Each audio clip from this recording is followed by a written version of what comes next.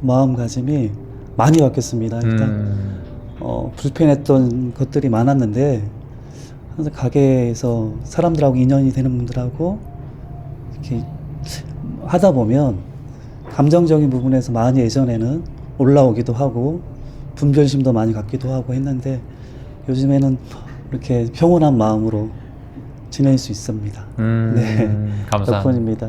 예, 와주셔서 감사합니다. 뭐 질문할 거 없어요? 여기는 질문이 없네요. 예, 그냥 한번 선생님 보는 것 자체가 감사한 일이고 늘 네. 감사한 마음뿐입니다. 한 가지 있습니다. 네. 갑자기 생각이 났는데요. 네. 늘 저희 도반님들한테도 제가 한번 여쭤보기도 했는데 네. 분별하지 말라는 말씀이 있는데 네. 그게 참 애매한 게 좋고 싫음을 분별하지 말고 다 수용하고 받아들여야 되는 건지 제가 정확히는 그걸 이해를 못해서 네. 그 분별을 하지 말라는 뜻을 좀 유언기에 좀 네. 좋습니다. 분별하지 네. 말라. 분별하지 말라. 이게 이제 참 애매한 질문이긴 해요. 네. 그 말씀 자체가. 어떻게 살아가면서 분별을 해야지 독약인지 뭐 쥐약인지 분별을 해야 그걸 먹는지 먹지 않는지 판단을 내릴 거 아니에요. 그렇죠? 근데 이제 여기서 중요한 것은 분별이란 말 자체는 아상이라는 말을 표현하고 있는데 나의 악연 그리고 아상 이걸 표현하고 있어요. 그래서 내 마음에서 일어나는 이제 판단에 대한 건데 여기서 말하는 것은 보통 내 생각이 맞다라는 생각을 성인들께서는 어리석은 말이라고 생각을 했어요. 그래서 내가 맞다라는 생각을 일으키는 거 그거는 조금 좋지 않죠. 예를 들어서 이런 게 있어요.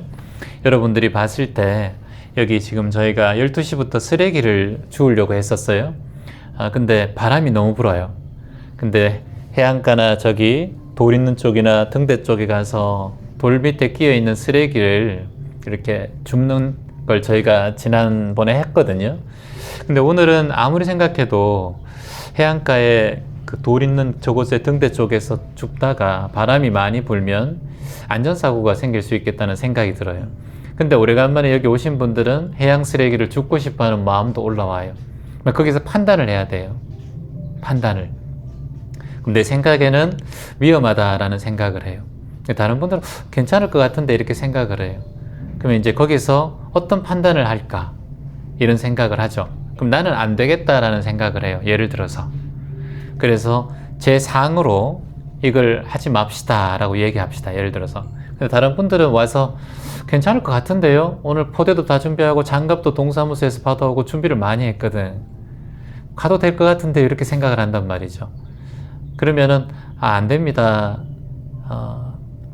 오늘 하지 맙시다. 이렇게 하는 것보다 생각했을 때 저는 오늘 여러 사람들이 오고 많은 일들을 해야 되니까 오늘은 이 마음의 숲 길에 더욱더 집중하면 어떨까요? 저는 이제 제 의견을 이렇게 얘기를 해요. 저는 이것은 저의 상대방에 대한 그런 저의 감정과 느낌을 표현하는 거라고 봐요. 근데 여기서 어떤 생각에서 이걸 하지 말자, 하자 이렇게 말하는 것은 자신의 분별심에서 올라온다고 생각해요. 그 분별심에 본인의 배려가 들어가고 상대방을 배려하는 마음이 들어가면 저는 그건 분별심이라고 하지 않는다고 봅니다. 그래서 모든 생각에 자신의 남에 대한 마음이 어떻게 그 말을 들었을 때 어떤 감정이 올라올까 그것에 대한 배려를 하는 마음이 올라오면 저는 그건 아상이 아니라고 생각을 해요. 어떠한 상황이든 본인의 판단을 존중합니다. 세상에는 불구부정, 더럽고 깨끗한 것도 없잖아요, 사실. 여러분이 쓰레기 저기 버려서 주워와서 다 가져가서 플라스틱은 플라스틱대로 다 간다고 하더라고요. 이게 갈아서 육지에 가서 다 간대요. 그래서 새로운 둘레길, 올레길을 돌다 보면은 그 재활용 플라스틱으로 만든 의자들이 이렇게 있어요. 이제 쉬라고. 그러면 그게 쓰레기지만 재활용 의자로 만든 또 쉼터이기도 하잖아요. 그리고 개똥을 여기 놔두면은 더럽지만은 밭에 가면은 그건 거름이에요. 그것을 우리가 인간이 똥이 더럽다, 쓰레기가 더럽다라고 할 수 없죠. 그걸 어떻게 환경에 따라서 인연에 따라서 사용되느냐에 따라서 그건 거름이 될 수도 있고 새로운 물건으로 창조되기도 해요. 그래서 성인들께서는 판단하지 마라, 분별하지 마라, 그게 똥이라고 더럽다고 하지 마라, 네 뱃속엔 똥이 없느냐, 그게 네 목 안에 가래가 있을 때는 귀하지만 침을 넘기면 귀한 그냥 침이고 가래지만 그게 땅에 딱 뱉고 휴지에 뱉어놓으면 그 더러운 가래 아니냐, 그 세상에 더럽고 깨끗한 게 사실 있느냐, 네 뱃속에 있고 네 몸속에 있을 때는 깨끗하다고 느껴질 뿐이지, 그렇게 말씀하셨거든요. 그러니까 이걸 깨끗하다 더럽다라고 분별하는 것 자체가 사실은 불구부정 비대비소, 크고 작은 것도 없고, 그리고 부정불감, 깨끗하고 더러운 것도 없다, 증가함도 없고 줄어듦도 없다. 지구로 봤을 때는 많은 사람들이 우크라이나와 러시아가 싸우고 땅을 더 가져가고 사람을 죽이고 살리지만, 지구로 봤을 때는, 우주로 봤을 때는, 태양계에서 봤을 때는 그건 아무렇지도 않은 일이거든요. 근데 우리는 아등바등 살고 있잖아요. 그래서 분별심을 좀 없애고 네 땅이 내 땅이고 내 민족이 네 민족이고 이런 마음을 좀 내려놓으면 세상에 평화가 조금 다가온다. 그래서 많은 깨달은 자들은 분별심만 좀 내려놓으면 세상에 싸움도 사라지고 전쟁도 사라진다. 둘이 아닌 게 없다. 이게 여러분들 잘 아시지만은 자타일여, 남과 내가 하나다. 자타불이, 남과 내가 둘이 아니다. 이 말씀이거든요. 이 마음을 딱 내면 분별심이 사라지죠. 내가 상대방에게 듣고 싶은, 공자께서도 말씀하셨지만 내가 듣고 싶은 얘기를 상대방에게 해주라 그러셨어요. 사람 인간관계 어렵지 않아요. 내가 듣기 싫은 말을 상대방에게 하지 마라고 하셨어요. 어렵지 않아요. 그거예요. 왜냐? 내가 남하고 다른 게 없기 때문에. 내가 남과 똑같다고 생각을 하는 순간 나는 남에게 잘할 수밖에 없어요. 내가 듣기 싫은 얘기를 남한테 하지 않아요. 왜냐?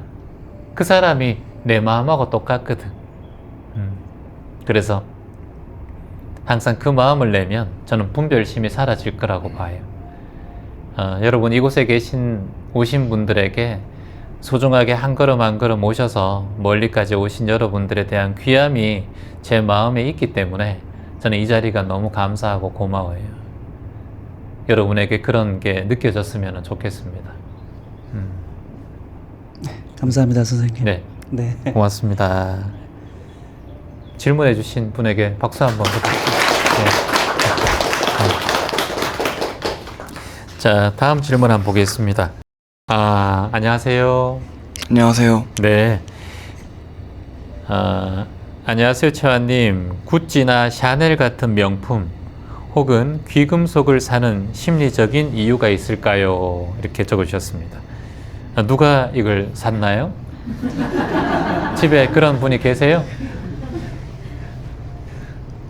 그냥 시청 같은 데 돌아다니다 보면 그런 걸 사고 메고 다니거나 아니면 비싸게 목걸이나 귀걸이를 엄청 여러 개 하고 다니는 분들도 많아서 패션이라기보다는 살짝 저는 살짝 이해가 안 돼서 궁금해서 물어봤습니다. 좋아요. 질문 좋습니다. 여러분은 이해가 돼요? 귀걸이 많이 하고 매니큐어 예쁘게 하고 그리고 또 명품백이나 여기 말씀하신 귀금속을 많이 사는 심리, 저는 뭐 그런 게 없어서 잘 이해는 안 됩니다. 저는 아직까지는. 그런데 또 한편으로는 이해가 돼요. 명품이나 귀금속을 하시는 분들의 마음, 그런 분들은 자신에 대한 물건이나 물질로 뭔가 보여주고 싶은 마음의 심리가 있겠죠. 그리고 남이 나를 항상 그렇게 바라본다라는 생각이 있을 거예요. 자신의 만족은 누구에게나 자신 스스로에 대한 만족은 필요한데 그 만족이 잘 일어나지 않을 때가 있어요. 인간의 심리 중에서. 어찌 보면 우리가 보상심리, 만족심리라는 게 사람마다 다 달라요. 제가 지금 여기 물을 조금 따랐는데 이 물을 보고 한 5분의 1 정도 따랐거든요. 저는 조금씩 이제 따로 먹는데 물이 이만큼이나 그래도 따랐네 하는 사람이 있고 5분의 1밖에 따르지 않았네 라는 사람이 있겠죠. 그래서 모든 관점은 사람마다 다르다는 걸 일단 먼저 본인이 받아들이셔야 돼요. 동생이 옆에 중학교 2학년 동생이 있죠. 본인 중3이지만 이해 안 되는 행동을 할 때가 있잖아요. 맞아요. 고개를 끄덕끄덕 해주시네. 1년 차인데도 이해하지 못하잖아요. 그쵸? 그게 당연해요. 사실은. 엄마 아빠도 이해 안 될 때가 많죠. 네, 그것도 당연하고. 그래서 사람마다 다 생각과 마음이 달라요. 일단 먼저 그걸 받아들여야 돼요. 명품을 좋아하는 사람이 있고 명품을 좋아하지 않는 사람도 있어요. 근데 내 돈 쓰지 않는데 명품이 선물 들으면 좋아하는 사람이 있고, 어떤 사람은 그거 말고 돈으로 주지 이렇게 생각하는 사람도 있어요. 그래서 사람마다 다 달라요. 아니면 그냥 뭐 상품권으로 주지 차라리 내가 원하는 거 살 건데 이렇게 생각하는 사람도 있어요. 근데 그 중에 이제 질문자님은 명품을 좋아하는 사람들의 심리에 대해서 본인이 불편한 거예요. 왜 저렇게 좋아할까 이런 마음이 있는 거예요. 이제 가장 좋은 거는 그런 사람들의 마음에 대한 이해를 해야 돼요. 사실은 반드시 이유가 있을 거예요. 우리는 그 마음을 다 이해할 수는 없어요. 고급 스포츠 차를 타면서도 집은 월세 사는 사람들도 있고 그렇잖아요. 그쵸? 삶에 다 목표가 다르고 행복의 방향성이 달라서 그래요. 명품을 사면서 행복감을 느끼는 사람이 있어요. 월세 살더라도 좋은 차를 타고 그 차를 남들이 바라봐주는 시선이 좋아서 스포츠카를 원하는 사람도 있어요. 그래서 가장 좋은 건 다양한 사람들의 마음과 관점이 있구나. 이걸 먼저 본인이 받아들이셔야 돼요. 자, 그러면 그걸 받아들였다 칩시다. 자, 그러면 두 번째가 있어요. 그런 마음이 자꾸 일어나는 사람은 왜 일어날까? 이제 이해하는 단계가 필요해요. 자, 먼저 가장 중요한 건 그런 사람들이 이 세상에 다양하게 있다라는 걸 인정하는 게 우리는 먼저 첫 마음의 문을 여는 거예요. 이해되죠? 양식을 좋아하는 사람이 있고 청국장을 좋아하는 사람이 있잖아. 안 그래요? 스파게티를 좋아하는 사람이 있고 비빔밥을 좋아하는 사람이 있잖아. 세상엔 다양한 관점을 가지고 있는 사람이 많다라는 걸 먼저 받아들이는 거예요. 그게 우리의 살아가는 삶의 첫 번째 방식이에요. 그걸 인정하기라고 해요. 뭐라고요? 인정하기. 인정하기. 자, 그 다음 두 번째는 이해하는 관점이 필요해요. 인정은 했어. 근데 2개, 3개 사고 자꾸 돈은 없는데 거기에 투자하는 사람이 있어. 도저히 인정하기가 쉽지가 않아. 빛을 내면서도 그렇게 하는 행동을 하는 사람들이 있어요. 근데 그런 사람한테는 이해하는 마음이 필요해요. 왜 저런 행동을 할까? 그게 보통 인간은 2가지의 마음, 2가지의 관점으로 살아가요. 첫 번째는 심리적 관점으로 살아가요. 두 번째는 물질적 관점으로 살아가요. 이 세상은 물질과 마음밖에 없어요. 여러분 지금 살아있는 이 모든 생물체 바라보는 관점은 물질과 마음의 관점이에요. 고대 철학자들도 이걸 관념론적인 관점, 그리고 사물적인 관점, 물질론적인 관점이라고 표현했어요. 관념과 물질로 나눠요. 그러니까 여러분들과 몸뚱아리, 그리고 우리는 마음이란 게 있어요. 그걸 우리가 심신이라고 해요. 심신. 한국말로 표현하면 심신안정 들어봤죠? 그러니까 우리는 행복이 2가지밖에 없어요. 몸이 편하고 마음이 편하면 그게 행복이에요. 이게 2600년 전부터 철학자들이 행복의 관점을 이렇게 표현했어요. 그래서 여러분들의 행복론이 물질에 많이 표현되어 있는 분들, 물질에 많이 확률이 많이 가 있는 분들, 치우쳐 있는 분들은 명품이나 물질에 많이 집중을 해요. 새로운 옷, 좋은 집, 이런 걸로 많이 표현해요. 그런 사람들의 공통적인 건 다른 사람들도 그렇게 판단을 해요. 어떤 옷을 입었느냐, 어떤 명품을 입었느냐. 근데 마음으로 보는 사람들도 있어요. 저 사람 참 얼굴 편해 보인다. 명품 하나도 안 걸쳤는데 어떻게 저래 얼굴이 편안하고 미소가 아름답노. 참 보기 좋다. 얼굴 안 고친 것 같은데 어떻게 저렇게 주름살이 이렇게 편안하게 얼굴이 자연스럽네. 그걸 보면서 참 부러워하는 사람이 있어요. 그런 사람은 보통 마음의 관점, 삶의 마음론적인 심리적인 관점을 중요하게 생각을 해요. 그래서 인간은 보통 두 가지로 나눠요. 물질과 마음으로 나눠요. 본인은 지금 질문자는 마음의 관점을 많이 생각하고 있는 거예요. 물질을 별로 중요하지 않고 마음에 더 중요하다고 생각하는 거예요. 근데 그 물질에 중요하다고 생각하는 사람은 그런 데 집중을 해요. 그 사람들 삶도 소중해요. 이해해야 돼요. 저는 그렇게 생각을 해요. 근데 그런 사람이 와서 저한테 질문하는 사람이 있어요. 재환이 정말 명품을 좀 내려놓고 싶은데 안 돼요. 그럼 저는 그분에 맞춰서 그분에게 솔루션을 얘기해줘요. 왜 그런 마음이 일어나요? 이렇게 물어봐요. 친구들 보면 명품백이 자꾸 사고 저도 또 사고 싶고요. 시즌에 따라서 새롭게 바뀌면 근데 3개월이 지나면 또 다른 명품이 보여요. 이렇게 얘기해요. 그 마음이 왜 일어나요? 이렇게 물어봐요. 그냥요. 그게 좋아요. 이렇게 얘기해요. 그 원인이 있거든요. 그 사람의 원인이 있단 말이에요. 분명히. 인연이 없는 결과는 없어요. 이게 인연법이거든. 반드시 이유가 있다라는 거예요. 이거 우리가 필요곡절이라고 해요. 반드시 이유가 있다, 거기에는. 그래, 물어보면, 어릴 적부터 이제, 딸 5에 이 셋째로 태어나서 막내에게도 뺏기고, 언니한테도 얻어있고, 이런 마음들이 본인에 많더라고요. 그래서 물질이나 이런 걸 가지고 싶고 애착하는 마음이 어릴 적부터 많았다 그러더라고요. 그래서 남들이 또 그런 걸 사면 그걸 친구들이 먼저 인정해주고 받아주는 마음이 너무 뭔가 뿌듯하고 의시되는 듯한 마음이 올라왔다라는 거예요. 자꾸 그렇게 하니까 나는 그것에 집중하고 그것이 나의 인생에 중요하구나. 그게 결국은 뭐예요? 남이 나를 인정해주고 어떻게 보느냐를 가장 중요하게 생각을 해요. 그 사람의 마음은 잘 고쳐지지가 않죠. 그래서 제가 그분에게 말씀드린 건 그거예요. 내 삶을 보고 나를 사랑하는 마음을 키워가라. 물질이 아니라 내 자체가 아름답다. 내 자체가. 당신이 무엇을 걸치고 있든 나는 소중한 사람이다. 이런 마음을 본인에게 자꾸 들려주라고 했어요. 기전에. 나는 지금 그대로 괜찮다. 명품을 해서 좋은 게 아니라 예쁘고 그런 게 아니라 메이크업을 하든 메이크업을 하지 않든 지금 그대로 예쁘다.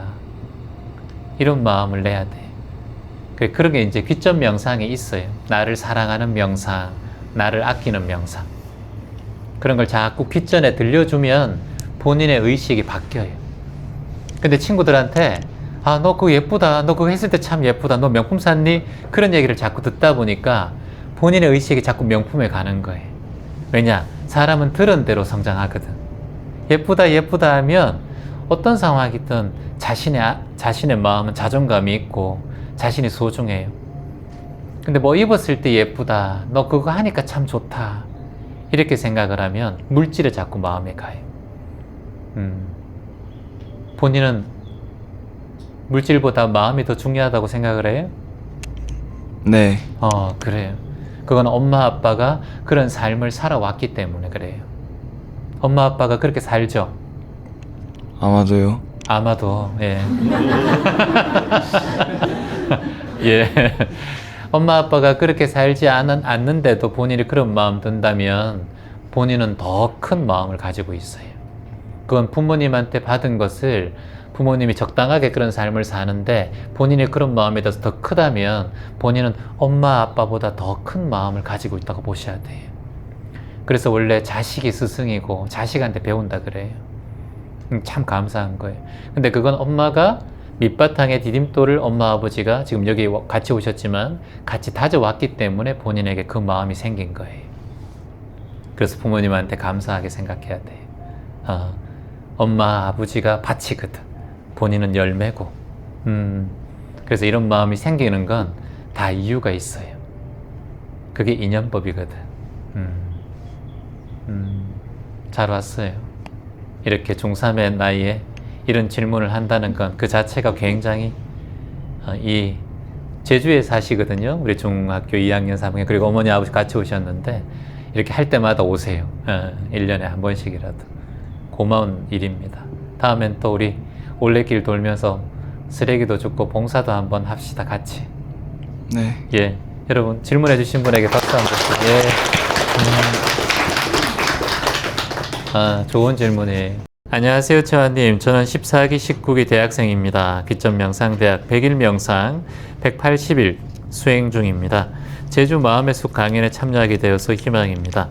영상을 보며 공부할 때는 머리에 속속 박히고 이해가 잘 되는데 많은 것을 깨닫고 마음의 근기가 더 커지는 제 자신이 조금씩 느껴집니다. 그러나 일상생활이나 대인관계를 하다 보면 어느새 공부한 것은 생각나지 않고 감정에 휩쓸려 화를 냅니다. 짜증을 냅니다. 감정은 내가 아니다 알아차리고 생각해도 이미 감정은 표출한 이유라 너무나 후회가 됩니다. 부정적인 말이나 행동도 마찬가지입니다. 공기가 없어봐야, 배가 고파봐야, 그리고 아파봐야 그제야 공기, 음식, 건강의 고마움을 알아차리는 어리석음을 반복합니다. 마음공부 시작 전보다는 그 감정의 크기나 반복 횟수가 확연히 줄었습니다. 하지만 여전히 또 반복됩니다. 최환님, 앞으로 어떤 마음가짐으로 공부해야 할지요? 이런 반복의 굴레를 벗어날 수 있을까요? 50년 동안 1년의 수행으로 바뀐다는 게 50년 인생 중에서 1년의 수행으로 바뀐다는 게 욕심인 걸 알지만 좋은 말씀 부탁드립니다. 당연한 거예요. 참 바다가 파도가 일잖아요. 그렇죠? 예, 일고 바람이 안 불 수가 없잖아요. 고여있는 물은 썩을 수밖에 없고 흐르는 물은 언제나 정화가 돼요.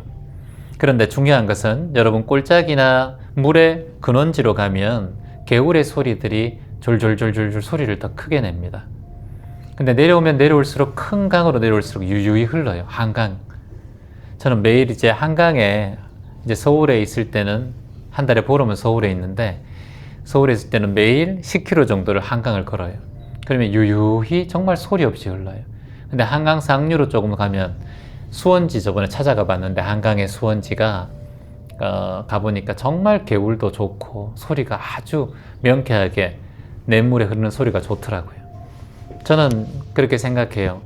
이 삶이란 게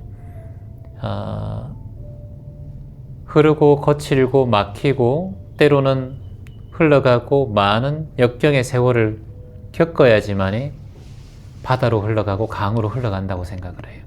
그래서 소리 나지 않고 그리고 또 고통과 괴로움이 없이 흘러가는 물은 없다고 봅니다. 흐르면 흐를수록 많은 계곡을 따라서 또는 댐에 잠시 머무르기도 하고 가물 때는 물속으로 물이 이 땅속으로 깊이 스며들어서 비가 올 때나 큰 홍수가 또는 큰 비가 내릴 때를 기다리기도 하고 이렇게 물처럼 유유하게 살아가는 삶이 저는 좋다고 생각을 합니다. 가끔은 가뭄 때문에 자신을 드러내지 못하고 깊은 땅속에 단비를 기다리고 있을 때처럼 그래서 변화하고 그리고 괴롭고 흐트러지는 순간순간이 찾아오는 것은 우리 인생에 항상 만날 수밖에 없는 그런 경험들이 그래서 우리는 이 살아가는 모든 순간을 한 글자로 표현했어요. 성인들은 환이라고 표현해서 환. 이게 근심 환자거든요. 모든 게 근심 속에 있다라고 하셨어요. 여러분 사랑과 사람 좋아하고 이런 것도 다 근심입니다. 연인끼리 서로 사랑하고 좋아해도 하루만 연락 안 돼도 근심이 바로 올라와요. 여러분 자녀분들 오래간만에 제주 계신 분들 계시겠지만 여러분들 부모님 보러 오셨다가 또 갈 때는 안전하게 가고 집에 잘 도착했는지 근심이 계속 생기잖아요. 좋은 게 있으면은 얼굴 봐서 좋은데 자식들 명절 때 봐서 얼굴 봐서 좋은데 또 갈 때 안전운전하고 휴게소에서나 또 안 좋은 거 먹고 식중독 안 걸릴까 이 걱정하는 마음이 올라와요. 그래서 이게 항상 희노애락, 즐겁고 노엽고 그리고 사랑하고 노여워하는 이 모든 것이 같이 한 무덕이다 라고 표현해요. 인생의 한 방향이다. 그래서 지금 고통을 겪고 수행하면서도 자꾸 그 사람에 대한 불편함이 올라오고 할 때는 되고 또 안 될 때도 있고 하는 게 뭐다? 당연한 거라는 거예요. 당연한 거. 그거 없기를 바라지 마라 그랬어요. 보왕산매론에도 보면 수행을 하는데 마장이 없기를 바라지 말라. 그러면 게으르고 자만심이 올라오니 자만하지 말고 모든 것들 고통과 괴로움이 모든 것을 수행처로 삼아라 이렇게 말씀하셨어요. 그래서 여러분들 오셔서 여기 부부분들도 많이 오셨지만은 아내와 남편 사이에 일어나는 이런 감정들과 괴로움들이 어찌 보면은 우리에게 수행의 관점이고 모든 걸 스승으로 삼아라. 때로는 자식도 스승으로 삼고 때로는 부모도 스승으로 삼고 그렇게 했으면 좋겠어요. 이걸 일어나지 않을 걸 바라지 말고 일어나는 걸 감사하게 생각해야 되죠. 그것이 있어야 자만하지 않죠. 마음 공부할 때 자꾸 자만해요. 우리가 뭐 좀 안다 싶으면 자꾸 자만해요. 그래서 자꾸 뭔가 표현하고 싶고 그렇죠. 근데 성인들 말씀하셨지만 침묵하라, 묵언하라. 침묵하라, 묵언하라. 말을 줄여라. 이 묵언은 말을 하지 않는 게 아니고 꼭 필요한 말만 하라는 거예요. 묵언이라는 것은 말하지 말라는 게 아니라 꼭 필요한 말만 하고 쓸데없는 말을 하지 마라. 그걸 좀 마음에 새겼으면 좋겠어요. 그래서 고민과 걱정이 올라오고 수행하면서 자꾸 마장이라고 하는데 이게 올라오는 것은 내가 또 공부하는 마음에 정진하는 마음이 올라오는구나. 참 감사하구나. 여러분들도 살다 보면 송사에 휘말릴 때도 있고 그리고 또 힘든 상황이 생길 때도 있는데 그건 더욱더 자신을 겸손하게 하고 삶의 깊이를 더 느끼게 하고 모든 것들을 저는 더 배우게 하는 가르침이라고 생각해요. 여기 앞에 보이는 게요 항구가 아니고 요 포구라고 하잖아요. 이런 걸 작은 곳을 항구라고 하죠. 포구라고 해요. 여기 이제 배들이 쭉 이렇게 써 있어요. 5톤 배도 있고 2톤 배도 있고 보트도 있어요. 근데 바람이 많이 불 때 거의 안 나가요. 근데 얼마 전에 고기들이 많이 와서 바람이 불고 하는데도 배들이 고깃배하고 한치배하고 칼치배들이 쫙 조명을 몇백 대가 쫙 켜져 있는 거예요. 야, 바람이 이렇게 부는데 위험하지 않을까 이런 생각이 걱정이 좀 되더라고요. 새벽까지 이제 배를 고기를 잡으시니까 조금씩 걱정이 되더라고요. 밤에서 보고 있으니까. 근데 저분들은 다 노하우가 있겠죠. 바람이 불 때도 분명 나가봤을 거예요, 아마. 자신의 실력을 아는 거죠. 그래서 배는 출항하기 위해서 있는 거예요. 정박하기 위해서 있는 게 아니라. 그렇죠? 항해사는 배를 몰고 나가서 거친 바다에도 균형을 잡고 자신의 할 일을 할 수 있는 게 저는 항해사라고 보거든요. 우린 누구나 다 이 바다라는 인생길 또는 강물이라는 인생길을 통해서 항해를 하고 있다고 생각해요. 거친 파도와 괴로움의 파도, 마장의 파도가 오더라도 저는 내가 이겨낼 수 있는 한도 내에서는 경험해 봤으면 좋겠어요. 근데 너무 무자비하게 본인을 혹사하면 안 되겠지만은 적당한 파도와 적당한 바람은 나의 인생길, 나의 파도길을 헤쳐나갈 수 있는 항해수를 키울 수 있는 방법이다라고 생각을 합니다. 그래서 잔잔한 파도든 거친 파도든 한번 맞닥뜨려 봤으면 좋겠어요. 그걸 수행자라고 할 수 있으니까. 어떻게 생각해요? 예, 말씀 잘 들었습니다. 일단 그런 어떤 마장이나 이런 고통이 왔을 때 이렇게 당연하다고 생각하라고 그렇게 말씀하신 게 되게 굉장히 많이 느꼈고요. 그리고 제가 화를 내면은 전에는 좀 많이 화를 냈었는데 요즘에 많이 줄어들었어요, 화가. 근데 제가 화를 내는 상대가 보통 대부분 보면 제 주변에 있는 사람들이거든요. 그러면은 가장 친할수록 더 화를 내는 게 더 강도가 세요. 예를 들면 우리 집사람한테도 잘하다가도 100번 잘하다도 한두 번에 나의 감정을 못 참아서 실수하고 한마디가 뚝 튀어나오게 되면은 이제 그거를 이제 조금만 지나고 나면 금방 알아채요. 깨지알바를 해가지고 내가 또 실수했구나. 그리고 이제 그럼에도 불구하고 이제 저는 이제 깨지알바를 해서 알아채고서 내가 실수한 걸 인정하지만 그거를 상대방은 저 때문에 상처를 입은 거잖아요. 그래서 그것 때문에 제가 좀 많이 미안해하면 돼. 근데 저는 위로가 되는데 예, 우리 주변 사람들은 나로 인해서 그걸 상처를 받은 거잖아요. 그래서 그게 좀 마음이 아파가지고. 그럼 마음이 아프면 예. 화 안 내야지. 그게 욕심이에요. 자신은 욕심내고 화를 내면서 상대방은 마음이 안 아프기를 바라는 게 욕심이고 집착이에요. 그게 어리석은 거예요. 내가 상대방을 그걸 안다면 화를 안 내야 돼요. 어쩔 수 없이 화냈어. 내 성질 알잖아. 이해해줘. 그거는 욕심이에요. 그래서 그걸 안다면 화를 안 내야 되고, 만일 나도 모르게 습관이 생겨서 빠르게 화를 냈다면 바로 즉시 사과해야 돼요. 그게 제일 좋아요. 그보다 더 빠른 방법이 있는데, 내가 화를 한번 내면 100만 원 줄게 라고 하면 돼요. 그거는 네 통장으로 바로 쏴줄게 하면 금세 그거 고쳐져요. 근데 그건 하기 싫죠. 진짜 그거는 엄청난, 근데 그거 해가지고 효과 안 본 사람 못 봤어요. 100만 원. 채원님, 30만 원 하면 안 될까요? 30만 원? 그러니까 같이 아내가 오셨는데, 채원님 30만 원도 괜찮아요. 이러더라고요. 자주 내니까. 10만 원은 안 된다 그랬어요. 10만, 자주 내니까 30만 원, 세 번만 내면 100만 원이니까. 그리고 짭짤하게 한 200씩은 들어온대, 한 달에.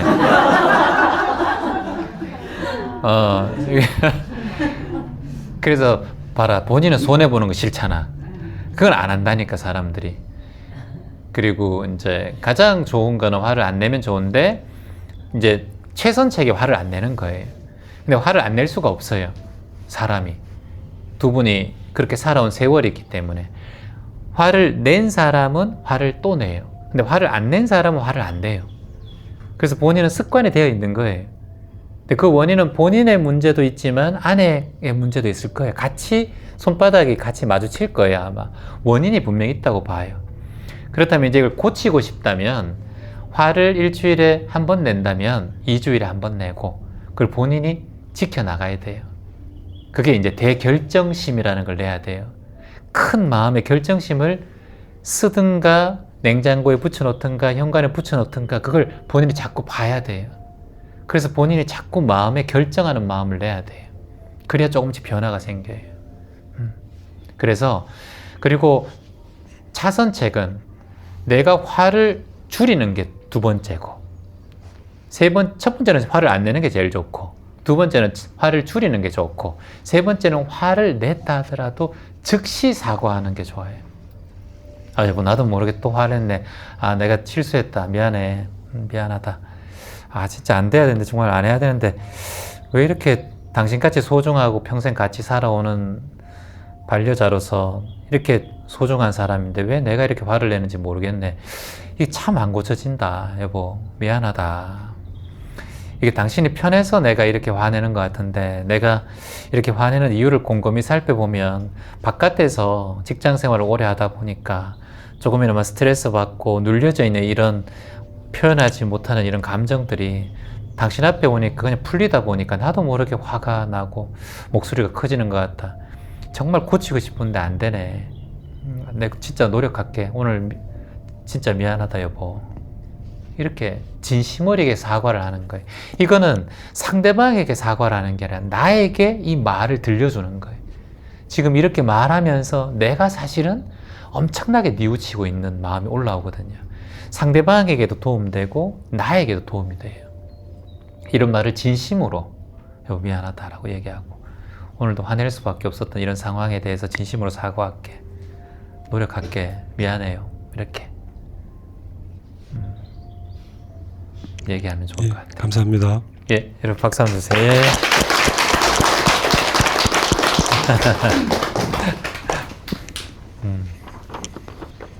채환님 반갑습니다. 인생의 지침서가 되고 길잡이가 될 만한 채환님의 추천책이 있으시다면 많은 분들에게 도움이 되겠습니다. 감사합니다. 이렇게 적으셨어요. 책은 일단은 제가 책을 한 4권 정도 냈으니까 제 책을 좀 봐주시면 감사하겠고 저는 사실은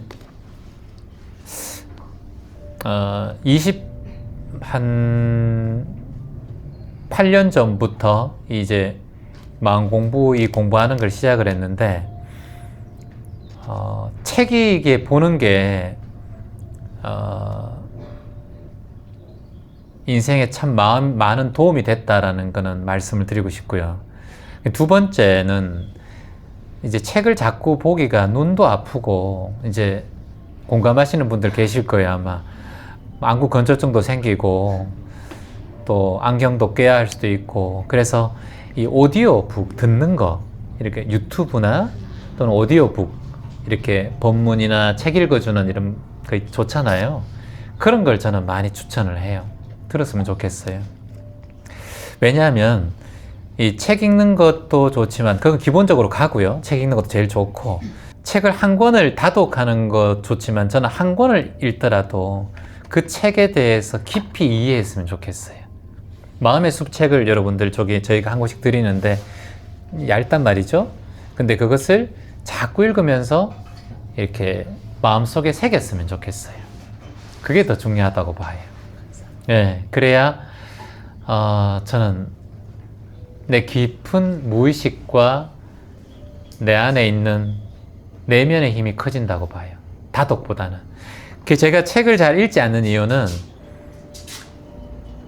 최근에 이제 철학책이나 이런 게 나오는 거 보면 예전의 책들이 너무 많이 예전의 내용들을 2000년 전의 책으로 돼서 전부 뭐 50대 읽는 노자, 뭐 50대 읽는 쇼펜하우어, 괴테, 최근에 나오는 책도 공자, 노자, 논어, 금강경, 뭐 다 이런 내용들이에요. 본인의 작가의 그 의견을 그 성인들의 말씀에 믹싱해서 섞어서 이렇게 발매를 해요. 시절 인연마다 책을 팔기 위한 것처럼 보여요, 저는. 그래서 저는 이제 가능하면 이제 책을 봐도 볼 게 별로 이제 그 똑같은 내용인 거예요. 그게 보이는 거예요. 그 줄거리에 뭘 담고 있는지. 그래서 저는 그걸 보지 않고 가능하면 사색을 하는 걸 많이 해요. 여기 앉아서 또는 날씨 좋을 때는 바닷가에 앉아서 사색을 해요. 파도를 바라보고 사색을 하고, 낚시꾼들을 이제 낚시하는 걸 보면 사색을 해요. 저분들의 행동 하나, 파도가 일고 구름을 보면서. 조금 전에 제가 세화에 청국장을 먹으러 갔거든요. 우리 오늘 수업 오신 분들하고 이제 청국장 먹는데 여기 청국장 같이 먹으신 분들 계시잖아요. 그리고 어제는 이제 카레를 먹었어요. 그러니까 이제 앞에 계신 우리 같이 오신 분들이 두 분인데 모녀가 오셨는데 이제 30대인 우리 딸이 이렇게 얘기하는 거예요. 밥 먹으면서 우리가 말을 안 하고 먹으니까 처아님, 예, 저희 엄마는 이렇게 조용한 상황을 굉장히 불안해해요. 이렇게 그래서 너무 조용하게 먹으니까.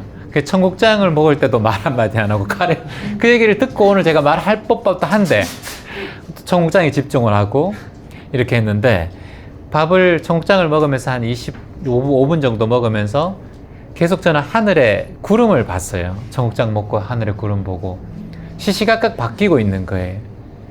그게 너무 아름답고 경이로운 거예요. 그런 상황들이. 그래서 저는 이제 책도 많이 읽으시면 좋겠지만 사색을 했으면 좋겠어요. 파도를 바라보면서 이 파도는 이렇게 자꾸 치고 있는데 이걸 바라보는 내 마음의 지금 상황들, 어떤 마음으로 이 파도를 바라보고 있는가, 이런 것들, 이 파도를 보면서 어떤 느낌이 올라오는가, 이런 것들이 저는 중요하다고 보거든요. 그래서 책을 보면서도 그렇게 할 수 있죠. 저자의 어떤 마음으로 저자는 이 책을 썼는가, 이런 걸 생각해 보는 거예요. 책에 딸려가지 말고, 책을 막연하게 보면서 딸려가지 말고, 책을 보면서 왜 이 책을 이렇게 저자가 썼을까, 여기에 대한 사색을 좀 하시라는 거죠. 상대방의 말에 내 마음이 휘둘리지 않으면 좋겠는데 마음대로 되지 않아요. 어떻게 하면 상대방이 무슨 말을 하든지 내가 평화로울 수 있을까요? 이게 첫 번째 질문이고, 두 번째, 불안한 미래 때문에 현재는 불편한데 불안한 미래를 떨쳐버릴 수 있나요? 이렇게 두 가지 질문 주셨습니다. 두 번째 질문 먼저 말씀드린다면, 불안한 미래 때문에 어디 계세요? 네, 안녕하세요. 네, 안녕하십니까. 네, 반갑습니다. 네. 어떤 불안함이 있는지 짧게 말씀해 줄 수 있어요? 그 건강에 대한 불안함이 있어요. 건강에 대한 불안함이 연세가 들었을 때 또는 젊었을 때부터 있었을까요? 아니면은 나이가 아니, 조금 제- 들어가면서 있었을까요? 저희 건강이 아니고요. 저 같이 사는 배우자분이 실제로 아팠거든요. 네. 그래서 3개월 단위로 이렇게 체크하고 있는 중인데 네. 3개월씩만 사는 느낌이 들어요. 아, 이제 3개월 살면 그 다음은 또 또 어떻게 될 체크해야 건가? 되고. 네. 점검해야 되고. 네네. 음. 그런 것 때문에 늘 불안합니다. 3개월 좋죠. 3개월이라는 시간이 짧다면 짧고 긴다면 긴데 그러면 한번 검진 받고 나서 3개월 동안은 좀 마음 편하게 있는 거예요? 아니, 검진 받자마자도 불안해요. 아, 복제마다. 그걸 얼마 정도 반복해 오신 거예요? 매번 3개월마다. 한 1년 정도? 아직까지 습관이 되기가 힘들죠, 그게. 매번 1년이면 아직까지. 네, 네. 검진 받기 전에는 검진만 받아서 이상 없으면 좋을 것 같다 이렇게 생각하다가 막상 검진해서 이상 없습니다 이러면 다시 또 돌아오는 3개월이 불안한 거예요. 그렇군요. 남편에 대한 얘기. 네, 맞습니다. 남편의 마음과 몸은 어떤 것 같아요? 이런 검진 받을 때나 받기 전에나 병원 갔다 왔다 할 때 심리적으로 어떤 것 같아요? 아, 남편이요? 남편은 저보다 덜 괜찮은 것 같아요. 감정적으로 그냥- 네, 큰 좀 영향을 덜 받는 것 같아요? 네네네, 어. 받아들이고. 그럼 그게 감사한 일이겠네요. 네, 그거 무지 감사하죠. 그거는. 네, 맞아요. 그거 참 감사한 일이에요. 네. 남편이 조바심을 내고 걱정 속에 살고 하루하루 네. 두려움 속에 살면 옆에 있는 사람은 더 불안한데 네, 아. 네, 남편께서 큰 마음이네요. 그래도 네, 네, 네. 네. 고맙네요. 네, 그거는 참 남편한테. 감사한 일입니다. 네. 근데 본인이 그걸 회방 놓고 있어요. 왜 어리석은 거예요. 본인. 저 회방은 안 넣고 저 네. 마음속으로만 끌어요. 밖으로는 그냥 저도 아무렇지 네. 않은 척 하는데. 30년 같이 사셨죠? 네. 예. 그걸 모를까요, 남편이? 거의 100% 알아요. 질문자께서 아무리 그걸 감추고 한다 하더라도 눈빛만 봐도 말투만 봐도 식사하는 것만 봐도 금세 남편 눈치채요. 근데 잘 모르는 것 같기도 해요. 남편은 두 가지일 거예요. 진짜 모르든가 아예 신경을 안 쓰든가. 두 번째는 아내에 대해서 일거수일투족을 디테일하게 잘 느끼고 있던가. 아픈 사람은 더 섬세해져요. 그리고 아픈 사람은 본인에 대한 걱정도 많이 하지만 남들이 이런 걸로 인해서 나를 아픈 것을 두 가지인데 내가 아프니까 인정해줘. 나 아픈 사람이야 라고 인정해 주길 바라는 사람이 있고요. 두 번째, 아픈 걸 좀 나 편견으로 봐주면 안 돼? 보지 마. 편견으로 보지 마. 이제 좀 그만 얘기해. 그런 얘기. 이렇게 스트레스로 생각하는 사람이 있어요. 둘 중에 어떤 편인가? 후자. 후자예요. 네네. 그러니까 신경 안 썼으면 좋겠다. 네. 그게 가족들에게 가장으로서 짐이 되지 않았으면 좋겠다. 네네. 다른 마음이 더 큰. 그러면 아내의 마음을 이해하고 있을 거예요. 제가 유추하고는. 남편과 아내 잘 안다 생각하죠? 몰라요. 네. 몰라요. 맞아요. 그건 거짓말이 안다는 거라. 부부는 50년 살아도 모르고 60년 살아도 몰라요. 갈수록 더 몰라요. 갈수록. 신혼 때는 좀 알 수 있는 것 같아요. 맞습니다. 네. 갈수록 말도 없어지고 이 사람 무슨 얘기하나. 그래서 우리가 100년 먹은 구렁이 같다 이런 얘기 하잖아요.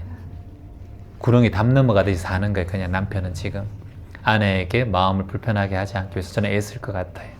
그런데 그런 상황에 아내가 자꾸 불안한 마음이 일어난다든가 표현은 안 하지만 근데 이런 마음이 일어난다는 것은 저는 가능하면 남편한테 지금도 잘하고 계시지만 잘 커버했으면 좋겠어요. 여보 참 감사해. 남편하고 대화하는 시간이 많아요? 많지 않습니다. 많지 않죠. 네.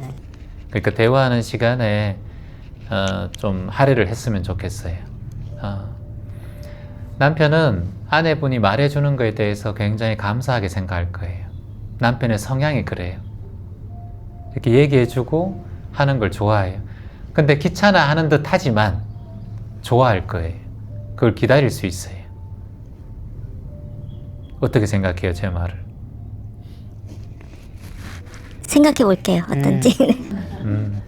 저는 표현했으면 좋겠다라는 생각에 여보 3개월 동안 갔다 왔는데 또 잘 갔다 왔네. 병원 갔다 올 때마다 많은 신경이 쓰이는 게 사실이야. 이렇게 솔직히 얘기해 줬으면 좋겠어요.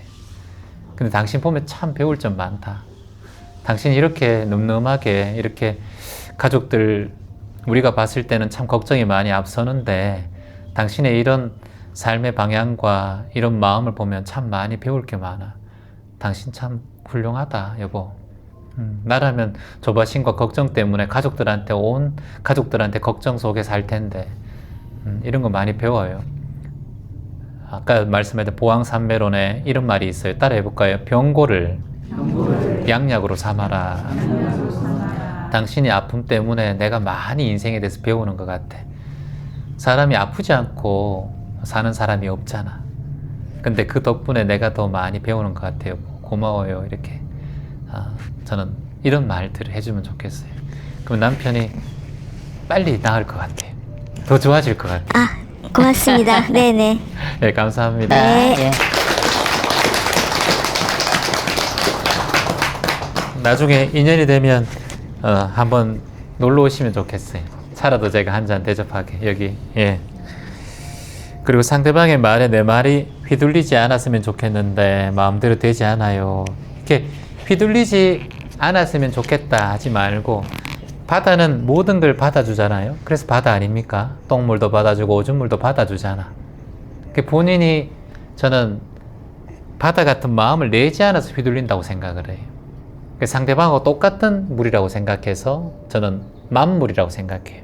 내가 이미 큰 마음을 내주면 어떠한 물이 다가오든 흔들리지 않겠죠.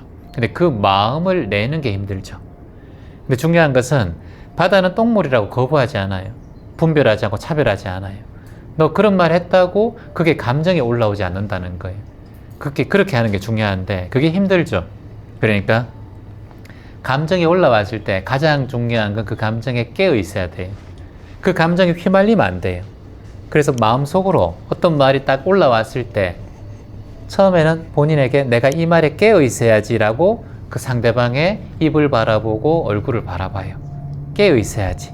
자, 남편이 어떤 말을 딱 했어요.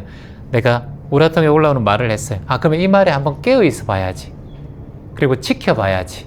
이렇게 마음을 내요. 지켜봐야지. 내 마음에 어떤 작용을 하는지 한번 지켜봐야지. 그걸 한번 트레이닝을 하는 게 필요해요. 갑자기 마라톤을 달릴 수가 없어요. 1km 달려보고 2km 달려보고 10km 달려봐야 돼요. 내 마음에 그런 훈련이 필요해요. 이게 마인드 트레이닝이에요. 근데 본인에게 그게 필요해요. 이걸 아까 얘기했지만 깨어있기. 첫 번째 깨어 있어야 돼요.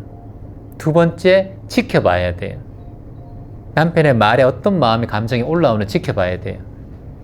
내 마음을 지켜보라는 거예요. 상대방을 지켜보지 말고. 두 번째 알아차리기. 그 마음의 감정이 어떤 마음이 올라오는지 또 알아차리는 거예요. 그리고 세 번째 받아들이기. 아, 남편의 말과 행동을 받아들이는 거예요. 이 사람이 살아온 환경과 말과 행동이 있는데 이걸 내가 한번 받아들여 보는 거예요. 바다처럼. 그런 걸 우리가 해보지가 않았거든. 그리고 마지막으로 흘려보내기. 코로 깊게 숨을 한번 쭉 들이마시고 한번 들이마셔 볼까요? 그리고 편안하게 입으로 후 한번 내쉬어 보는 거예요. 이게 흘려보내기. 요걸 한번 반복해 봐요. 요 내용이 요 마음의 숲 책에 있어요. 그래서 깨지 알밭 흘이라고 해요. 기점 명상의 가장 중요한 게 5가지. 깨지 알밭 흘. 깨어있고 지켜보고 알아차리고 받아들이고 흘려보내기. 이걸 훈련시키는 게 명상의 5가지의 법이에요. 이걸 이제 인도에서는 뭐 윗바사나 얘기하기도 하고 중국에서는 관조법이라고 얘기하기도 하는데 기점 명상에서는 깨지 알바틀 요 책을 한번 자세히 한번 보시면 도움이 될 거예요. 마음 근데 또 중요한 건 마음이 흔들려도 괜찮아요. 저는 그렇게 생각을 합니다. 마음 안 흔들리면서 사는 사람이 있나요? 예. 파도가 불면 부는 대로 바다가 폭풍 왜 불어? 파도 왜 이러? 이러면서 자꾸 신경 쓰면은 바다가 안 되죠. 예, 그걸 다 받아들이니까 바다지. 저는 집에서 명상을 한다고 하면서 호흡 명상을 하긴 하는데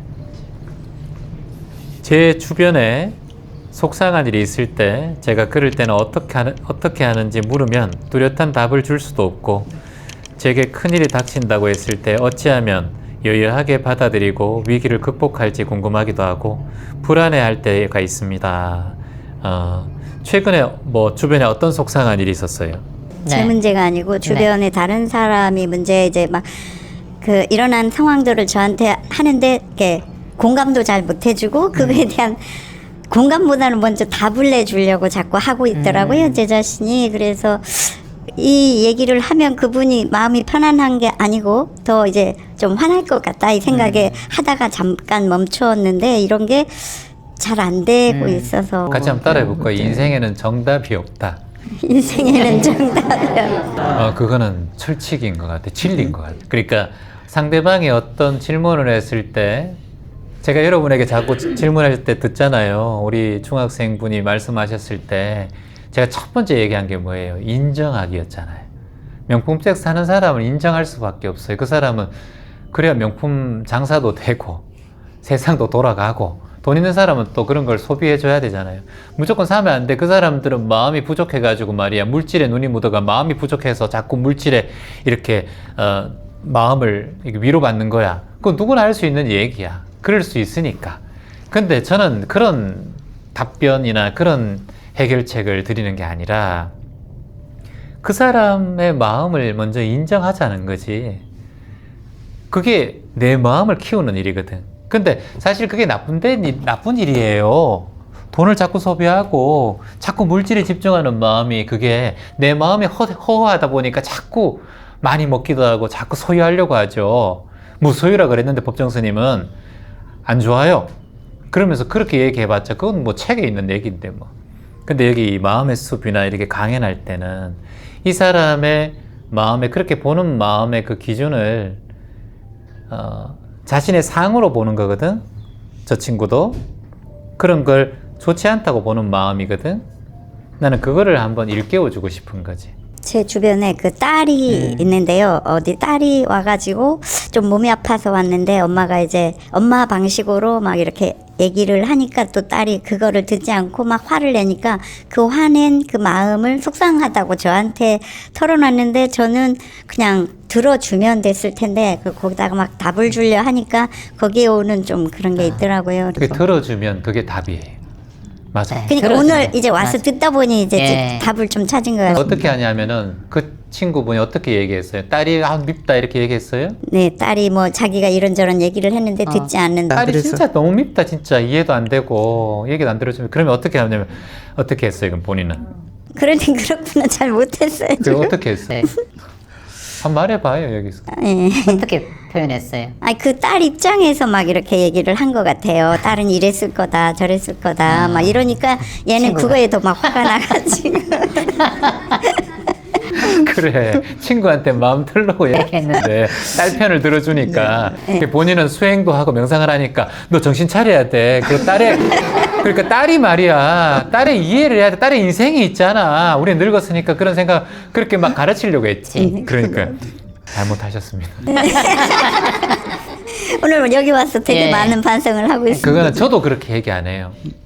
저도 그렇게 얘기 안 하잖아요. 그러니까 답이 없다라는 게 이게 무유정법이거든요.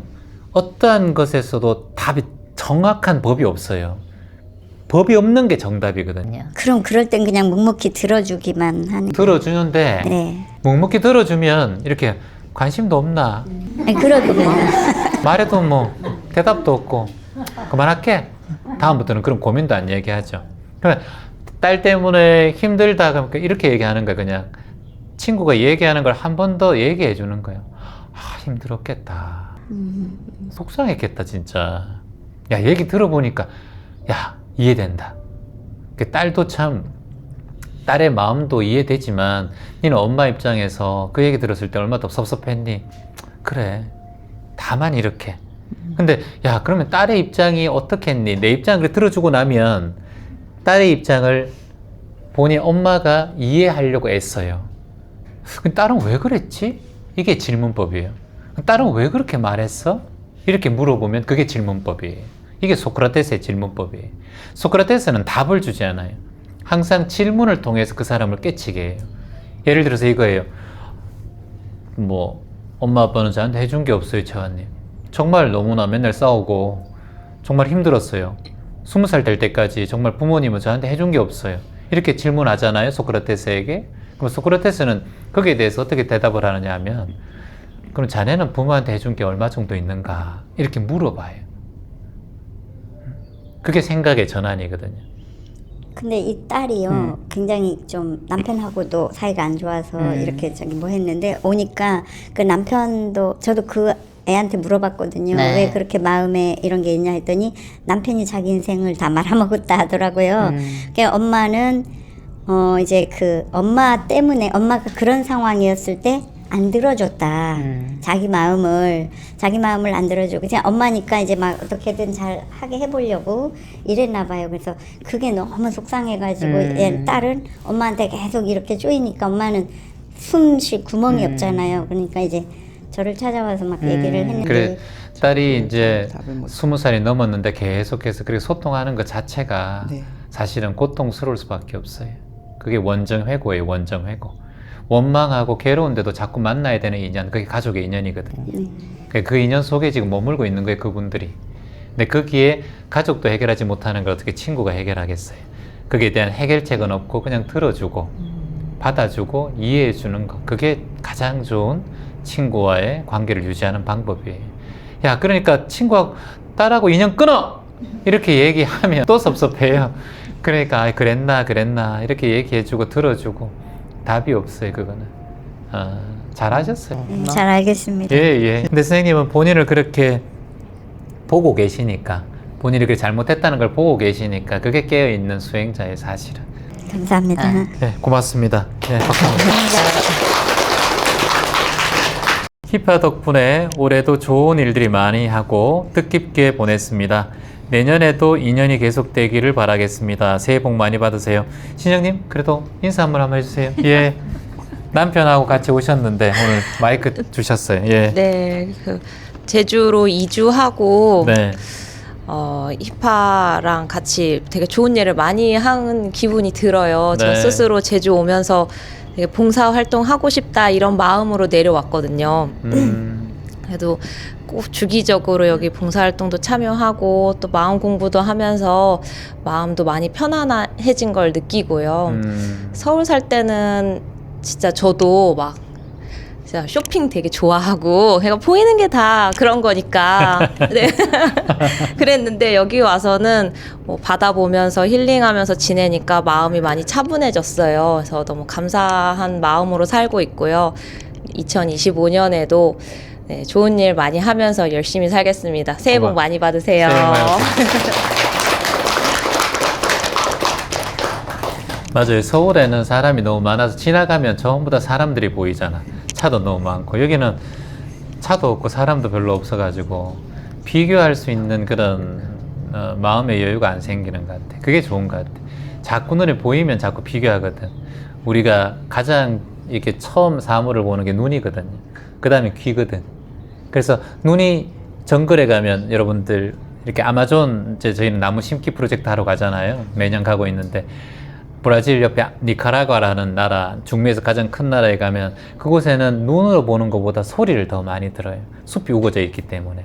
어떤 소리가 들리는가. 악어도 있고 그러니까 말 타고 다니면서 이제 소리를 들어요. 원숭이 소리, 원숭이가 갑자기 놀라는 소리, 이런 걸 들으면서 위험한 것을 원주민들은 체크해내더라고요. 눈보다 사실 귀예요, 귀. 그러니까 귀가 먼저 열려요, 뱃속에서. 그래서 우리가 태교할 때 클래식 음악을 들려주잖아요. 그리고 사람이 죽고 나면 자꾸 연부를 하기도 하고 성가를, 복음을 이제 성가를 부르기도 하잖아요. 그게 이제 귀가 마지막에 닫힌다. 태어날 때, 태어나기 전부터 귀가 가장 먼저 열리고 뱃속에서도 마지막엔 귀가 닫히기 때문에 귀전에 좋은 얘기를 자꾸 들려주는 거예요. 그래서 귀전 명상을 만든 이유가 우리의 무의식과 마음의 변화를 가장 빠르게 할 수 있는 게 저는 눈이 아니라 귀라고 생각을 해요. 그게 착안해서 이 무의식을 변화하고 마음의 불편함, 우리가 마음속에 무의식이 이게 오랫동안 마음에 불편함을 주거든요. 나도 모르게 남들에 대한 불편함이 올라올 수도 있어요. 근데 긍정적이게 사는 사람은 무의식에서 항상 긍정적이기 때문에 항상 더 긍정적인 마음이 일어나요. 저는 그게 무의식의 영향이라고 보거든요. 무의식에 영향이 있기 때문에 무의식을 바꿀 수 있는 방법이 이 세상에 많은 이 방법들이 있지만 그 중에 가장 제가 해보고 수행해보고 가장 빨랐던 게 귓전에 반복되는 얘기를 자꾸 들려줬을 때 무의식이 바뀐다는 걸 제가 스스로 느꼈어요. 저도 12살 때부터 혼자 살면서 어떤 얘기도 좋은 얘기도 들은 적이 없거든요. 근데 내가 나에게 나를 아끼고 사랑하고 내가 소중한 존재라고 자꾸 말해주고 나에게 말해주니까 제 무의식이 그 굳었던 딱딱한 암벽 같았던 그 무의식이 점차 정화되고 녹아내리더라니까요. 그래서 제가 이걸 귀점 명상을 세상에 만들고 자꾸 알리려고 하는 거예요. 단 그거밖에 없어요.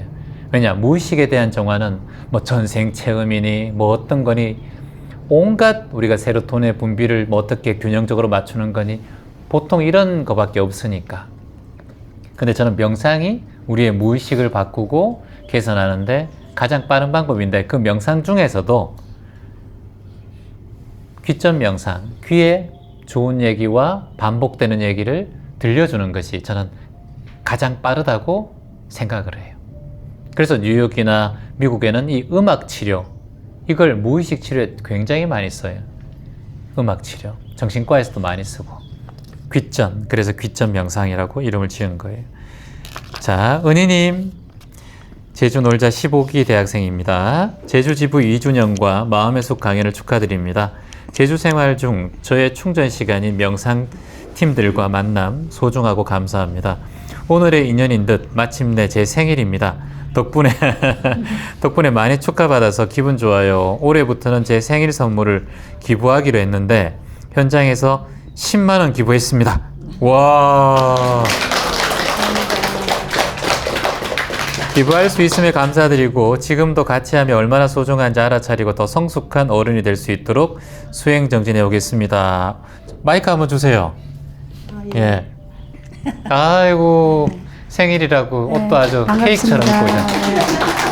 제 생일에 많이 와주셔서 감사드립니다. 거기 여기 꼭지에 불 붙이면은 딱 촛불 같겠네. 저도 제주 내려온 지 이제 만으로 1년이 지났는데요. 딱 재작년 12월 22일 날 여기 첫눈이 많이 내렸어요. 그래서 밖을 못 나갔어요. 갑자기 눈이 와서. 그래서 저 외국에서 며느리가 선물 보냈는데 너무 안타까워하는 거예요. 도착을 못 할까 봐. 그래서 택배사가 안 된다고 그래서 콜택시를 그 선물을 실어서 또 보냈더라고요. 그래서 1년이 지나서 그 생각이 나는데 제가 내려오면서 이제 마음 다짐한 게 하나가 있어요. 그리고 또 이렇게 명상을 유튜브로 접하다가 이렇게 현재 이렇게 센터도 있고 그래서 저는 너무 감사하고 저는 저에게 항상 생일 선물을 제가 하는데 이제 올해부터는 제 생일 선물을 기부를 하겠다 이런 마음을 가지고 있었는데 이렇게 실제로 하게 돼서 너무 감사하고 그 현장에 있는 또 저에게 건강도 좀 안 좋았는데 1년 쉬면서 또 좋은 분들 만나고 봉사도 하고 이렇게 활동해서 또 건강도 많이 좋아지고 또 앞으로도 더 많은 활동을 또 하도록 또 노력도 하고 해서 또 마침 또 제 생일날 숲이 열려가지고 또 너무 행복은 2배인 것 같고 너무 감사합니다. 생일 선물 뭐 받고 싶은 거 없어요? 저한테 뭐 제가 노래면 충분합니다.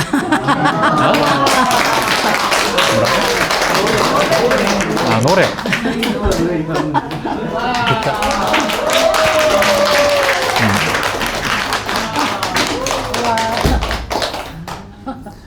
기타가 마침 있어서. 감사합니다. 은희님 생일이니까. 그럼 몇 월 며칠 생일이에요, 선생님? 제가 50년은 음력 생일했고요. 앞으로 50년은 양력 생일을 해요. 그래서 애들이 하도 헷갈려서 제가 지금 이제 63세인데 63세요. 예. 그래서 12월 22일 동지 팥죽 먹는 날인데 원래는 어제였고요. 항상 12월 22일이 제 생일이에요. 12월 22일.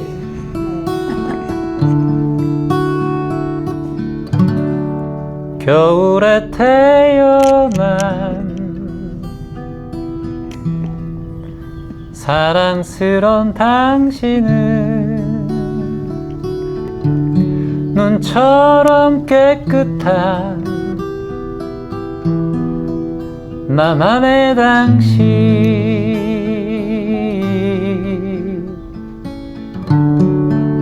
겨울에 태어난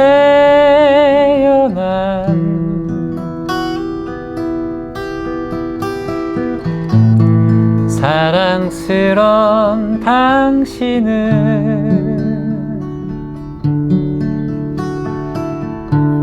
눈처럼 맑은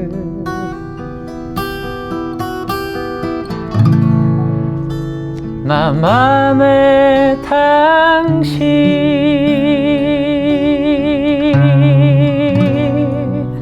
하지만 봄 여름과 가을 겨울 언제나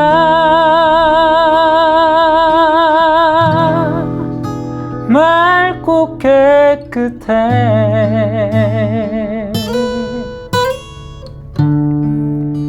겨울에 태어난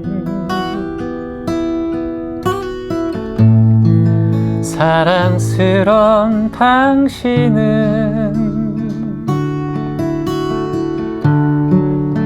눈처럼 맑은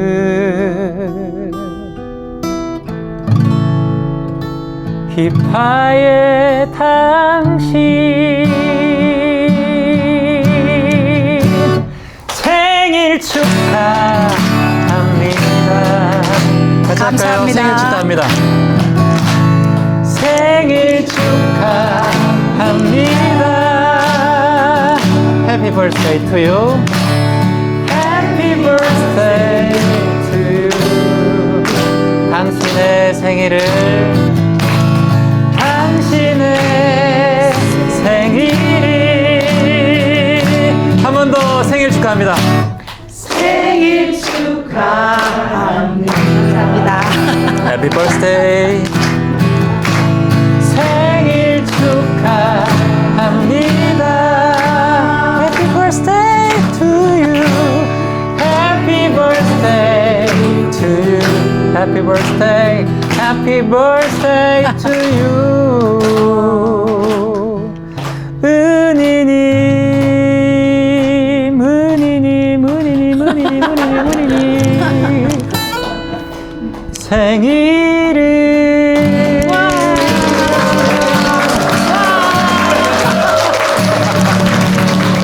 감사합니다. Happy birthday. 감사합니다. 어제는 저기 규희님 생일이었어요. 20일. 규희님 감사합니다. 너무 행복하네요. 감사합니다. 아, 네? 선물을요? 네, 선물을. 오늘 그거 우리 많이 이렇게 선물 교환하는 거 3개 준비를 했는데 네. 느낌이 하나를 더 준비하고 싶었어요.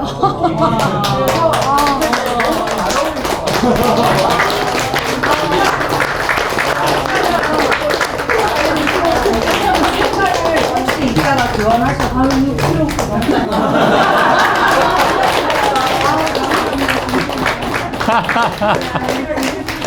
이야, 진짜 오늘 진짜 마음의 숲 강연 너무 잘 오셨네요. 예, 은혜님 제주에서 살길 잘했네요. 예, 너무 잘 오셨습니다. 감사합니다. 예. 안녕하세요, 채환님. 먼저 채환님 덕분에 살아가는 데 있어서 좋은 영향을 많이 받고 잘 살아갈 수 있게 되어서 감사합니다. 이번 마음의 숲에서 참여자들 모두 도움이 될 수 있는 질문 몇 가지를 드리고자 우문이라도 현답을 부탁드립니다. 일전에 제주 마인드리셋 캠프에 참여하셨을 때 채환님께서 해주신 말씀이 있었습니다. 저 앞에 파도를 보면 파도가 거세지만 바다의 깊은 안쪽 심해는 고요하고 평온하다. 우리도 이런 존재이다. 우리가 살아가면서 화가 나고 거친 생각이 들고 그럴 때도 있지만 우리는 본래 평온한 존재이다. 우리가 본래 평온한 존재라는 것을 아는 것이 중요하다. 이런 말씀을 주셨는데 참으로 마음이 차분해지고 편안해지는 말씀 같았습니다. 그런데 문득 여기서 말입니다. 질문이 생겼습니다. 우리가 본래 평온한 존재라는 근거가 뭐야? 본래 평온한 존재라는 그냥 믿으라는 건가? 어떤 근거지? 이런 생각이 올라옵니다. 이에 관련된 답변을 부탁드립니다. 라고 적어주셨어요. 한 두 가지 정도로 제가 이제 질문에 대해서 말씀을 드린다면, 일단은 가장 먼저 우리는 교육을 통해서 세상을 배워와요. 아버지 엄마의 말투와 행동을 통해서 아이는 배우고요. 초등학교 때 유치원 배워서 가면서 또 배워서 글자를 배우고 숫자를 배우고 중학교 때 고등학교 때 이렇게 삶을 배워옵니다. 배워온다는 거예요. 인간은 배움을 통해서 성장을 해요. 그게 첫 번째예요. 자, 그러면 이 질문에 대해서 우리가 뭘 배울 수 있을까요? 우리가 배울 수 있는 것은 책이나 많은 스승들의 말을 통해서 배워왔어요. 첫 번째로 가장 중요한 건 2600년 전부터 글이 문자로 이제 우리에게 기록되기 전부터 우리에게 알려진 가르침이 있는데, 그 가르침의 스승들이 성자라고 말씀하신 분 한 3-4분 있어요. 뭐 소크라테스, 뭐 공자, 노자, 뭐 맹자, 순자, 그리고 뭐 아리스토텔레스, 플라톤, 그리고 뭐 붓다, 예수, 이런 분들의 가르침, 경전, 탈무드, 이런 경전이라고 표현하는 거는 이제 복음도 표현되어 있고 합쳐져 있고, 뭐 누가복음도 경전이고, 여러분 보시는 뭐 법구경이나 금강경도 경전이라고 할 수 있어요. 그런 내용 안에 대부분의 성인들이 하신 말씀 중에 하나가 본래 청정이라는 말이에요. 이게 뭐냐면 본래심 자체가 너희들은 청정하다는 말씀을 하셨어요. 그래서 이걸 이제 역사적으로 하나 배우는 거예요, 우리가. 자, 역사적으로 많은 성인들이 본래 청정하다고 얘기했대요. 그리고 맹자는 성선설이라고 얘기했어요. 물론 순자는 성악설을 얘기했지만, 근데 이제 첫 번째로 봤을 때 많은 분들이 우리 본래 마음이 선하고 본래 청정하고 본래 깨끗한 마음이 있다라고 많은 분들이 얘기했어요. 이걸 우리가 본래심, 본래 청정심이라고 얘기했어요. 그걸 첫 번째로 우리가 배우자는 거예요, 일단은. 자, 두 번째, 그러면 우리는 세상을 살아가면서 역사만 믿을 수 없어. 성인들을 어떻게 다 믿어? 이런 또 의심이 들어요. 그래서 100년도 살지 못하지만 2600년 전의 이야기에 대한 역사를 다 탁 털어내고, 그러면 의심을 하는 거예요. 기훈님처럼. 근데 그 말을 믿을 수 없어, 나는. 이렇게 이제 얘기를 할 수 있잖아요. 이제 거기에 이제 우리는 이걸 사색이라고 해요. 자아성찰이라고 얘기하는 거예요. 중요해요, 이런 거. 저도 그런 생각을 했었으니까. 자, 그러면 자연을 바라보는 거예요. 자연. 그래서 왜냐하면 난 자연을 많이 보고 이제 사색을 하는 이유가, 저는 우리 인간도 자연이기 때문이에요. 우리는 자연에서 태어나서 자연으로 돌아가잖아. 한 줌의 흙으로 되돌아가는 게 우리 인생이니까. 그럼 자연과 가장 큰 자연이 산과 바다예요. 그게 세부적인 건 나무라고 볼 수 있고 풀이라고 볼 수 있고 꽃이라고 볼 수 있어요. 그러면 이 나무와 자연, 바다를 바라봤을 때 바다가 파도가 자꾸 일어요. 근데 파도는 바다의 겉면일 뿐이에요, 위. 근데 안에는 고요하단 말이죠, 흐름 자체가. 그러면 자연이 고요한 것인가? 또 그렇게 한번 유추를 해보는 거예요. 자, 그러면 세 번째, 의심을 해봐요. 왜 성인들은 본래 청정하다고 했을까? 저는 그렇게 봐요. 본래 청정함을 만났다고 봐요. 어떻게 만났느냐? 명상을 통해서, 마음 공부를 통해서. 마음 공부를 하지 않고 명상을 하지 않았을 때는 항상 들뜨고 이게 소란스러운 마음이었는데, 명상을 하고 마음 공부를 하다 보니까 점차 고요해지고 평온한 마음을 만났다고 봐요. 그래서 그분들이 이게 내 본래 마음이구나. 근데 갑자기 누군가가 인연이 되고 어떤 환경이 바뀌어지니까 혼란스러운 마음이 드러나는구나. 그래서 이거는 다 인연에 의해서 혼란스러운 마음이 일어나는구나 라고 저는 깨달았다고 봐요, 성인들이. 그래서 본래 마음은 어떠한 인연이 이렇게 많이 나에게 찾아오지 않을 때는 평온한 마음이 나에게 있었겠구나, 그렇게 유추를 했다고 봐요. 그래서 본래의 마음이 평온하다라고 보신 것 같아요. 특히나 우리는 명상을 하는 사람이니까 명상을 할 때 여러분 마음이 아직 고요해지지 않은 사람들은 이 말을 하면 또 이해를 못하니까 여기에 또 다른 방편으로도 또 저는 지금 말하면서도 자꾸 생각을 하게 되거든요. 명상을 안 하시는 분도 계시니까 항상 현실 세계 속에서는 마음이 불안한데 너는 채원님 편안하다 그래. 지만 편안하다 그런다. 이렇게 얘기하면 또 제가 할 말이 없잖아. 그래서 이 말을 하면서도 그 반대급부적인 상황에 있는 사람들은 어떻게 또 제가 말씀을 드려야 될까? 말씀드리면서도 제가 머릿속에 지금 생각이 올라오거든요. 근데 이제 가장 답은 없다고 봐요. 답은 이제 순자는 성악설이라 그랬고, 뭐 맹자는 성악설이라 그랬고, 성선설이라 그랬으니까. 근데 많은 성인들이 공부를 하면서 느꼈던 건 내 본래 청정한 마음은 고요하다. 감정이란 것은 바람이 불듯 잠시 일어났다가 사라지는 거다. 네가 지금 밥을 먹고 기분이 좋으면 그 밥이 맛있는 거고, 밥을 먹고 난 다음에 속이 더부룩하면 맛있는 밥이 잘못 먹었다고 생각하는 거니까. 이건 밥의 인연에 의해서 일어난 감정이잖아요. 그렇지 않아요? 밥의 인연에 의해서 일어난 감정이잖아요. 그럼 안 먹으면 굶주리면 배가 고프니까 또 짜증이 올라오잖아요. 이것도 밥의 인연, 뭔가 먹지 않았던 인연이 내 삶에 오기 때문에 그래요. 그러면 내 본래 마음은 이 밥을 먹고 난 다음이나 먹기 전의 마음이나 이걸 관찰하는 내 본래 마음이 있어요. 이게 본래 면목, 본래 청정심이라고 하는 참나, 진화, 진여.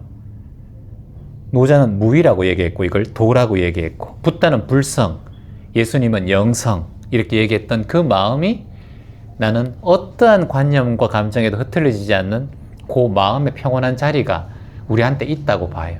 저는 그걸 스스로가 만났다라고 저는 생각을 하고 있거든요.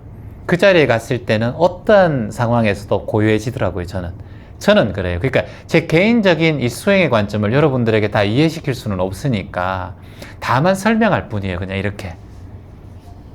안 그래요, 여러분? 이 세상에는 예수님 믿는 사람도 있고 부처님 믿는 사람도 있고 무교인 사람도 있어요. 알라신 믿는 사람도 있고. 근데 알라신을 믿는 사람한테 예수님을 인정하라, 붓다를 인정하라 이 말할 수가 없어요. 이건 각자 나름대로 자신의 세상을 만나고 살아가는 게 우리의 인간의 세계이기 때문에 이걸 강요할 수가 없어요.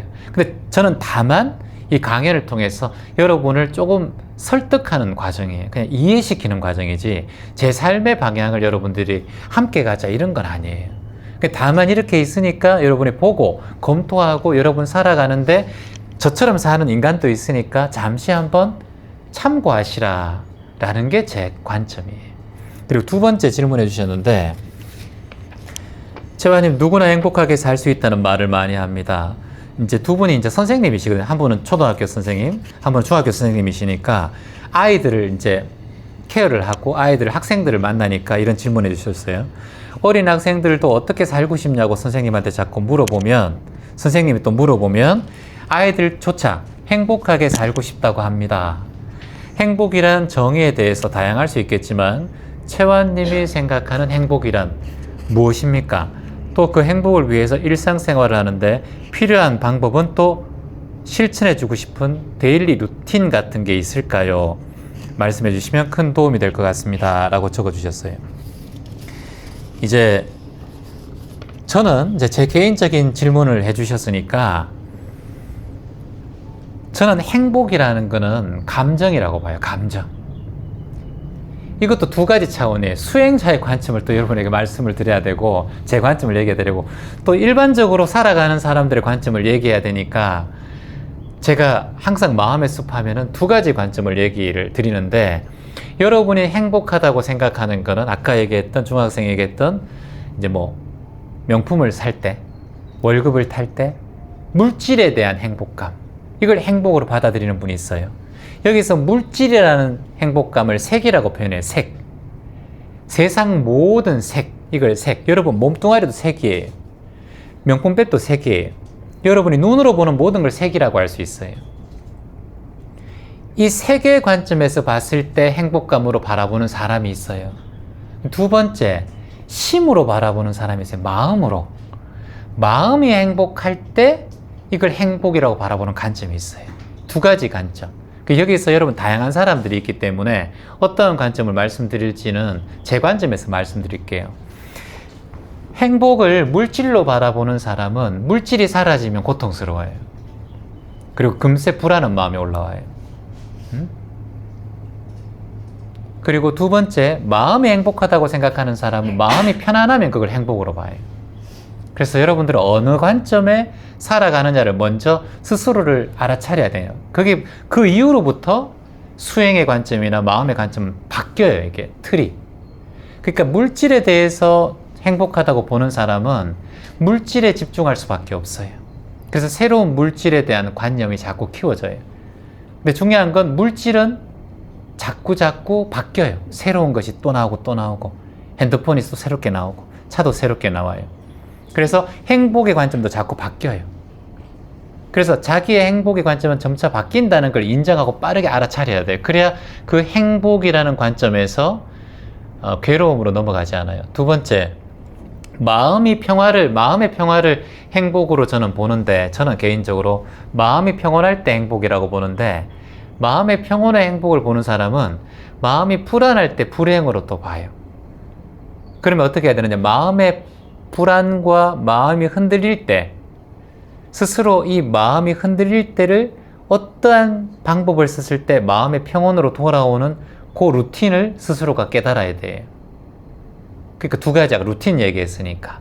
저 같은 경우는 마음에 평온하지 않을 때 이제 어떻게 하냐면, 최근에 들었을 때 마음이 평온하지 않을 때는 거의 없었는데, 이제 있다고 가정을 했을 때 어떤 억울한 일이 당할 수도 있고 왔을 때 이 불안한 마음이 곧 바뀐다라는 걸 아는 거예요. 불안한 마음이 곧 바뀐다. 이거 무상이다. 무상이 항상함이 없다는 뜻이거든요. 재행무상이란 말이죠. 이 불안한 마음도 1년 전에 있었니? 없었단 말이에요. 어떤 일로 인해서 생겨난 거란 말이에요. 어떤 일 자체가 인연이잖아요. 그러니까 그 인연이 바뀔 수도 있다라는 거예요. 그걸 빨리 알아차리는 거예요.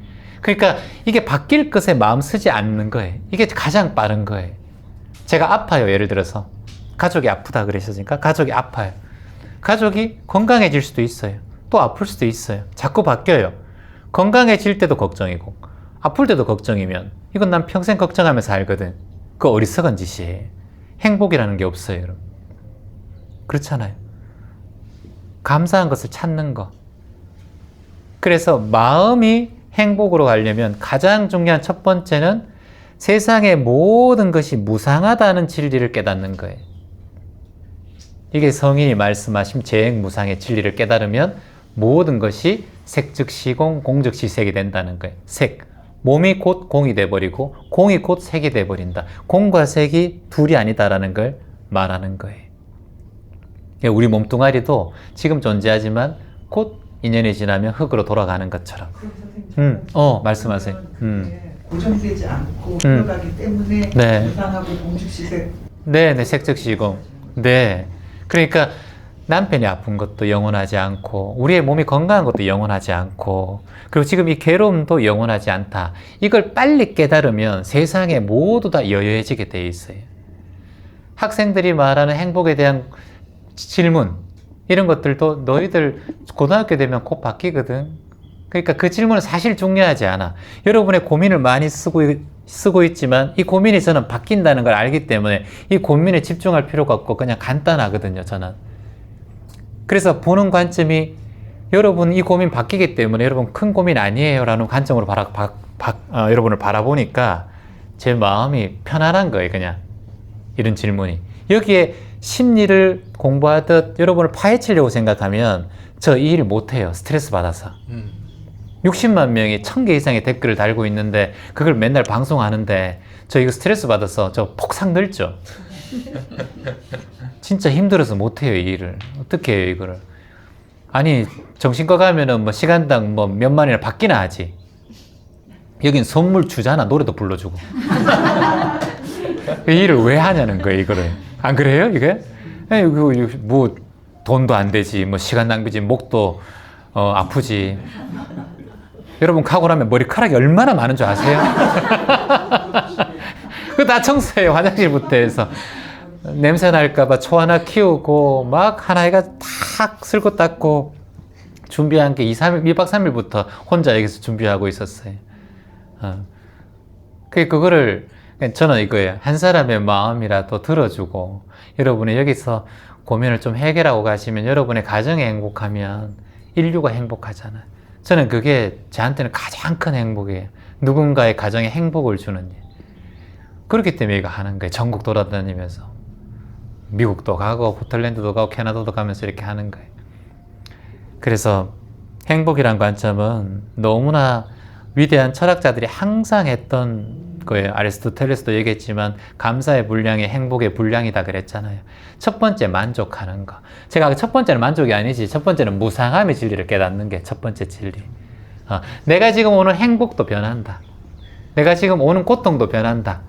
이걸 먼저 딱 깨닫는 게 제일 중요하고, 두 번째는 만족하라. 뭐라고요? 만족하는 거예요. 어떠한 상황이든. 수백억이 있는 사람도 만족 못하면은 1000억을 벌고 싶고, 1조가 있는 사람도 2조를 벌고 싶은데 만족하는 거. 저는 많은 분들 만나잖아요. 1조가 있는 사람도 만나고 2조가 있는 사람도 만나고 막 유명한 사람도 만나는데 정말 고통스럽게 살더라고요. 소송이 보통 4-5개 이상 다 있어요. 그것도 가족하고 소송. 너무 고통스럽다. 돈은 1조가 넘는 돈이 있어도. 그래서 진짜 돈 때문에 힘들고 막 그러면 마음이 좀 많이 아파요. 왜냐하면 우리는 그걸 벌어보지 않았기 때문에 몰라요, 그 마음을. 그래서 우리가 항상 거기에 대한 부족함이 있죠. 근데 붓다는 자신이 왕자였는데 그걸 버리고 나무 밑에서 잠자고 평생 그렇게 살았잖아요. 그래서 우리가 다 가져보지 못한 그 마음의 부족함이 우리를 힘들게 해요. 근데 여러분, 저는 다 여러분 가졌다고 보면, 지금 여러분 통장에 100억은 없지만 100억 있다 상상하면 되지. 아니, 여기 지금 낚시하시는 분들 보면 좋은 차, 벤츠 몰고 와가지고 나름대로 중소기업 사장들 낚시하고 있어. 그 옆에 모든 거 실패하고 주머니에 만 원도 없는 사람 낚시하고 있어. 둘 다 똑같아. 찬바람 맞으면서 하면 낚시하는 거 똑같아. 그리고 우리 막 그러잖아. 막 나중에 요트 사가지고 막, 야, 섬 같은 데 가가지고 화롭게 낚시하면서 여기 구잡이 5,000원 주면 당근 주스 먹으면서 여기 새와 해변에 앉아가지고 이렇게 있으면 그게 저는 더 좋은 마음이라고 봐요. 가지고 있으면 맨날 세무, 그리고 회계 담당 전화 오지, 송사에 말리는 전화 오지, 아무 인연 안 맺고 그냥 낚시 탁 하고 갈매기하고 얘기하면서 새우깡 먹고 있으면 갈매기들하고 친구 돼서 얼마나 행복한데. 그래서 마음의 먹기 다릅니다. 이게 일체유심죠. 자, 그래 얘기했어요. 무상의 진리를 깨닫는 거. 이건 공부를 해야 돼요. 왜냐하면 우리는 항상 공부 안 하면 무상의 진리를 자꾸 착각해요. 내 돈 있는 거 이거 가지고 가겠지. 계속 있겠지. 죽을 때까지 우리는 안 죽을 것까지 생각하잖아. 그게 이제 무상의 진리를 모르는 거예요. 우리는 다 죽기 때문에. 100년 뒤에 여기 살아있을 사람 아무도 없어. 우리는 다 흙 속에 있어요. 100년 뒤에. 우리 중학생들한테 미안합니다. 100살 넘게 사실. 예. 그래서 그걸 무상이라고 보는 거예요. 그거. 그리고 두 번째, 만족하라. 요게 행복에 가는 길이다. 무상을 알면 행복해져요. 그리고 만족하는 길을 알면 행복해져요. 그리고 세 번째, 감사하라. 이 세 가지만 기억하면 된다는 거예요. 무상은 공부를 좀 오래 해야 되고, 자꾸 바뀌니까, 올라오니까 습관이 올라온단 말이에요. 만족하는 건 쉬워요. 지금 만족하면 돼요. 그리고 감사하는 걸 자꾸 찾아요. 지금 감사하는 거. 이렇게 하면 행복은 언제나 우리한테 찾아온다. 좋은 질문 해주셔서 감사합니다. 선생님, 한 말씀 해주시죠. 도움 많이 됐습니다. 네. 한 말씀.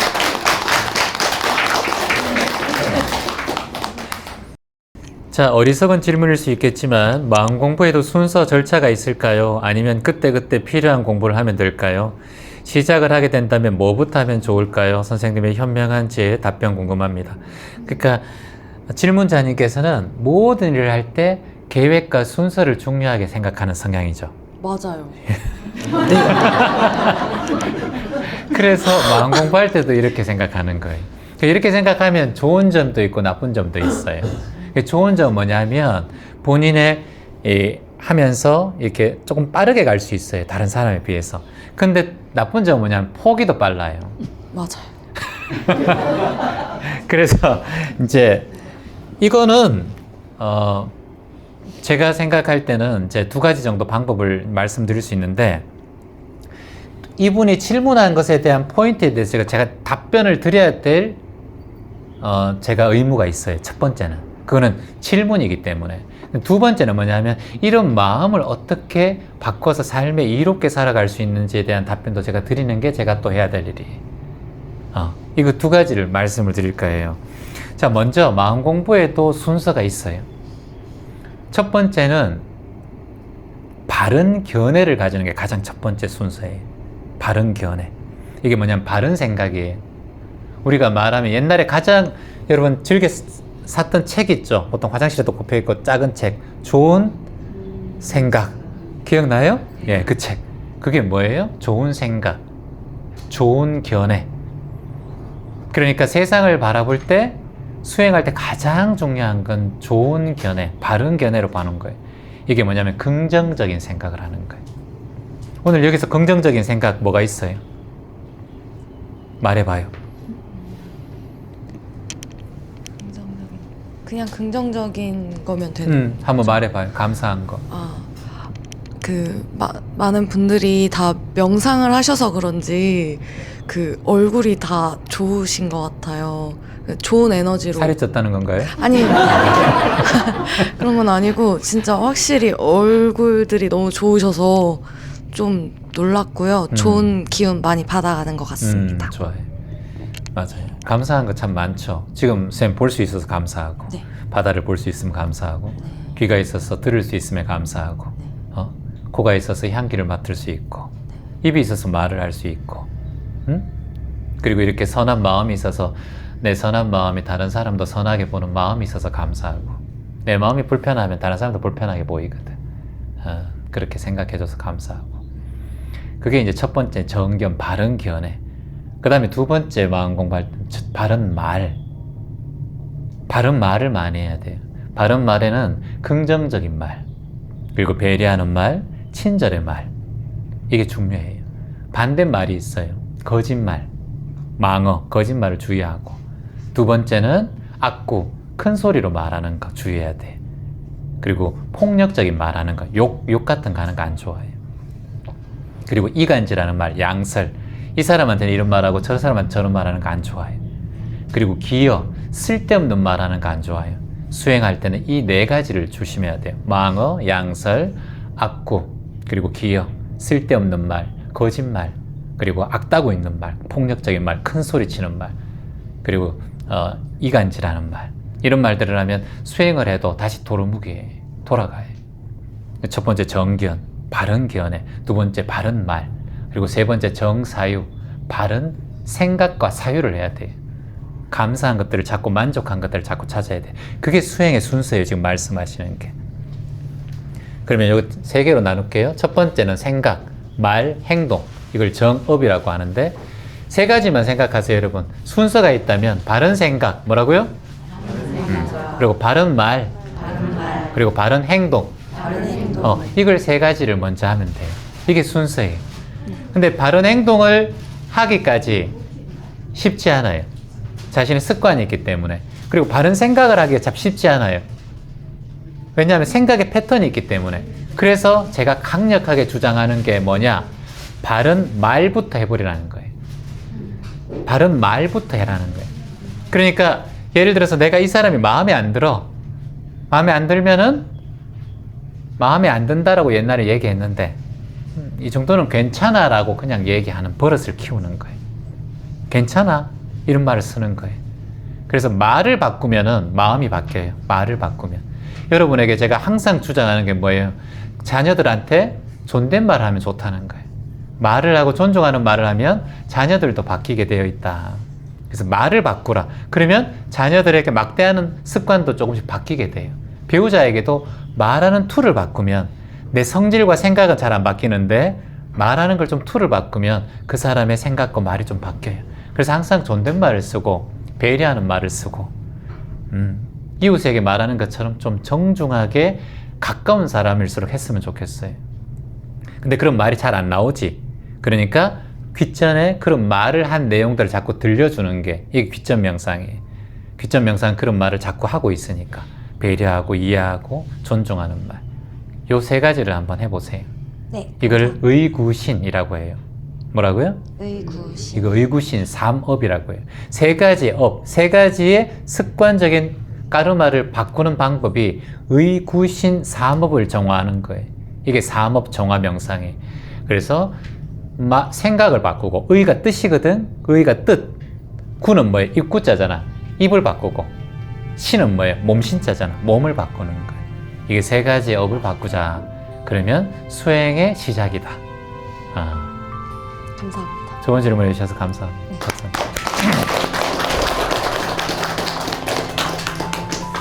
자, 여러분들 궁금한 거 다 질문했어요? 네, 다 지금 딱 보니까 5시네요. 이야, 시간도 어떻게 이렇게 잘 맞추셨어요?